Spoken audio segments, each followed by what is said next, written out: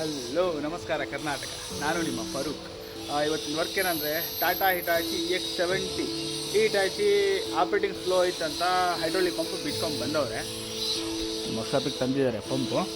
ಈ pump open ಮಾಡಿ check ಮಾಡೋಣ ಏನು ಪ್ರಾಬ್ಲಮ್ ಅಂತ.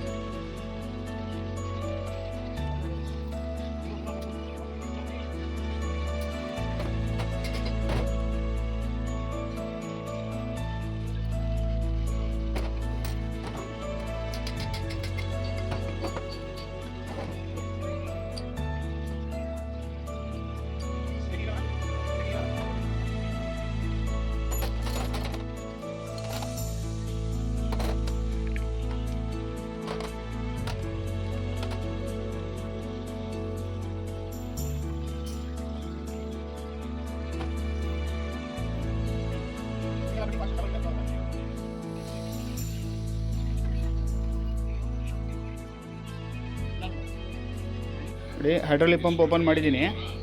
ಇದರಲ್ಲಿ ರೋಟ್ರಲ್ಲಿ ಸ್ಟೆಪ್ ಬಂದಿದ್ದಾವೆ. ರೋಟ್ರು ಸೌದಿದೆ. ಇದರಲ್ಲಿ 2 ಪಾಯಿಂಟ್ ಬರುತ್ತೆ, ಬಂದುಬಿಟ್ಟಿದ್ದಾವೆ. ಈ ಥರ ಬಂದರೆ ಆಯಿಲ್ ಇಂಟರ್ನಲ್ ಲೀಕೇಜ್ ಆಗಿ ಆಪ್ರೇಟಿಂಗ್ ಸ್ಲೋ ಆಗುತ್ತೆ. ರೋಟ್ರು ವಾಲ್ ಪ್ಲೇಟ್, ಇದು ವಾಲ್ ಪ್ಲೇಟ್ ಚೇಂಜ್ ಮಾಡಬೇಕು. ಆಮೇಲೆ ಪಿಸ್ಟನ್ಸ್ ಹೇಗಿದ್ದಾವೆ, ನಮ್ಮ ವೀರೇಶಣ್ಣ ಕೇಳೋಣ ಏನು ಮಾಡಬೇಕು ಏನಂತ. ಆರಾಮಣ್ಣ ವೀರೇಶಣ್ಣ? ನೋಡಿ, ಹೊಸ ಸಾಮಾನೆಲ್ಲ ಬಂದಿದೆ. Rotor, valve plate, set plate, ball guide, pistons 10 piston ಬರುತ್ತೆ. ಅಷ್ಟು ಹೊಸದು ಬಂದಿದೆ. ಎಲ್ಲ ಆಯಿಲ್ ಆಗಿದೆ. ಇದೆಲ್ಲ ವಾಶ್ ಮಾಡಿ ಓಕೆ ಪಂಪಿಗೆ ಫಿಟ್ ಮಾಡೋಣ.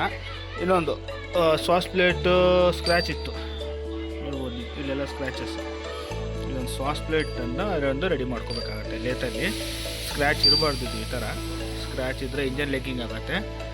ಇದನ್ನು ರೆಡಿ ಮಾಡ್ಸೋಣ ಅಂತ. ರೆಡಿ ಆದಮೇಲೆ ಯಾವ ಥರ ಇರುತ್ತೋ ಇದೊಂದು ತೋರಿಸ್ತೀನಿ. ನೋಡಿ, ಸಾಸ್ ಪ್ಲೇಟ್ ರೆಡಿ ಮಾಡಿದ್ಮೇಲೆ ಬಿಫೋರ್ ಎಲ್ಲ ರಫ್ ಇತ್ತಿದ್ದು ಸ್ಮೂತ್ ಆಗಿದೆ. ನೋಡಿ, ಈಗ ಇನ್ನೂ ಡೀಪಾಗಿ ಸ್ಕ್ರ್ಯಾಚ್ ಹೋಗಬೇಕು ಅಂದರೆ ಮೈನಸ್ ಮಾಡಬೇಕಾಗುತ್ತೆ. ಮೈನಸ್ ಮಾಡಿದ್ರೆ ಡೌನ್ ಆಗಿ ಮತ್ತು ಪ್ಲೇಟ್ ಚೇಂಜ್ ಮಾಡಬೇಕಾಗತ್ತೆ. ಅದಕ್ಕೆ ಅಷ್ಟು ಮಿನಿಮಮ್ ಎಷ್ಟಾಗತ್ತಪ್ಪ ಅಷ್ಟು ತೆಗೆದಿದ್ದಾರೆ. ಈ ಕಡೆ ನೀಟಾಗಿ ಕ್ಲೀನ್ ಆಗಿದೆ. ಈ ಕಡೆ ಸ್ಕ್ರ್ಯಾಚಸ್ ಕ್ಲೀನ್ ಆಗಿದೆ. ಈ ಕಡೆ ಡೀಪ್ ಸ್ಕ್ರ್ಯಾಚ್ ಇತ್ತು, ಒಂದು ಸ್ವಲ್ಪ ಲೈಟಾಗಿ ಹೋಗಿದೆ. ನೋಡಿ, ಸಾಸ್ ಪ್ಲೇಟಿಂದು ಬಾಲ್ಸು ಇವು ನೀಟಾಗಿ ಆಗಿದ್ದಾವೆ. ಇವು ಸ್ಕ್ರ್ಯಾಚಸ್ ಇದ್ವು, ಇವು ಸ್ವಲ್ಪ ಕ್ಲೀನ್ ಆಗಿದ್ದಾವೆ. ಎಲ್ಲ ವಾಶ್ ಮಾಡೋಣ. ಬೇರೆಲ್ಲ ರೆಡಿ ಮಾಡ್ಕೊಂಡಿದ್ದೀನಿ. ಎಲ್ಲ ವಾಶ್ ಮಾಡಿ ಮಾಡ್ಕೊಂಡಿದ್ದೀನಿ. ಇವಾಗ ತಗೊಂಡು ಪಂಪಲ್ಲಿ ಅಸೆಂಬಲ್ ಮಾಡೋಣ.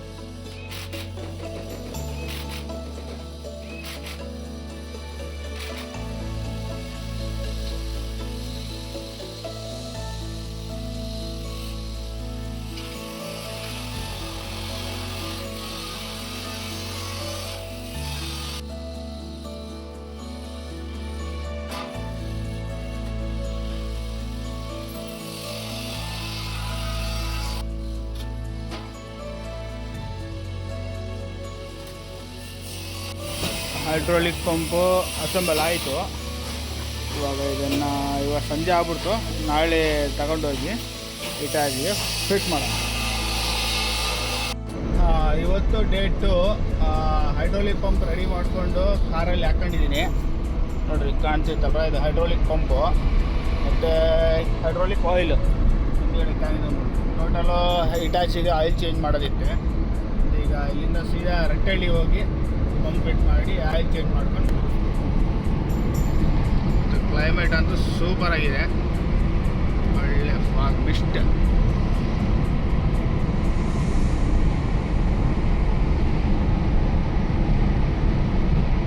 ಹಿಟಾಚಿ ಹತ್ರ ರೀಚ್ ಆಗಿದ್ದೀನಿ.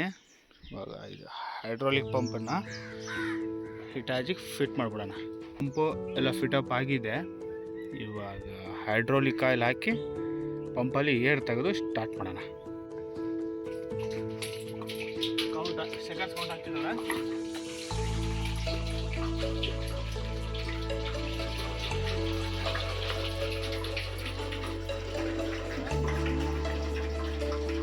ಹೈಡ್ರಾಲಿಕ್ ಆಯಿಲ್ ಹಾಕಿ ಸೆಲ್ಫ್ ಹೊಡೆದಿದ್ವಿ.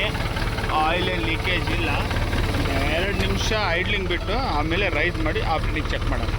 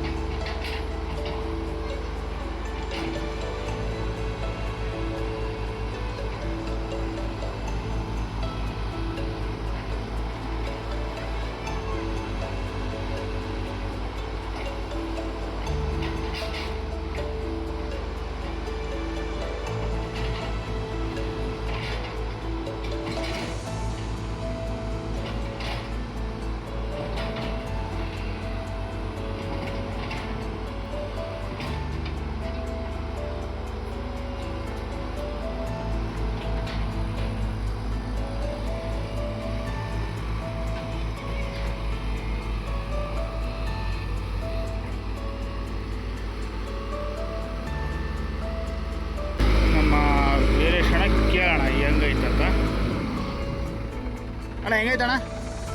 ಚೆನ್ನಾಗೈತಾ? ಮೊದಲು ಸ್ಲೋ ಆಯಿತು, ಈಗ ಪ್ರೆಷರ್ ಒಂದು ಚೆಕ್ ಮಾಡಿಬಿಡೋಣ.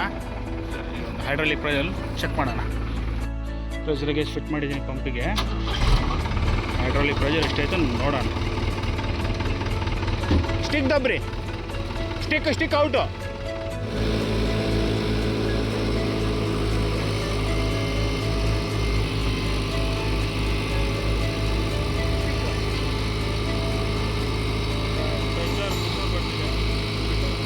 ಒಳಗೆ